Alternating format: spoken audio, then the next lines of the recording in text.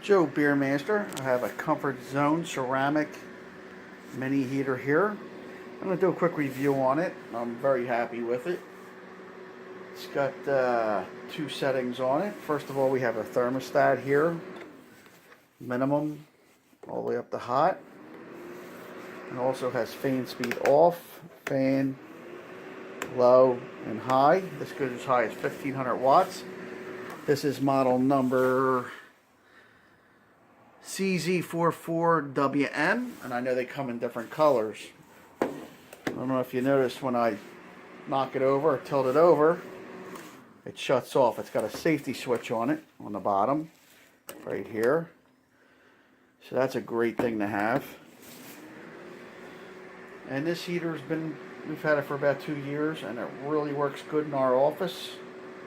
Puts out a lot of heat, and highly recommend it.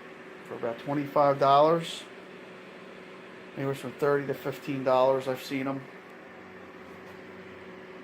It does a nice job. Joe Beermaster.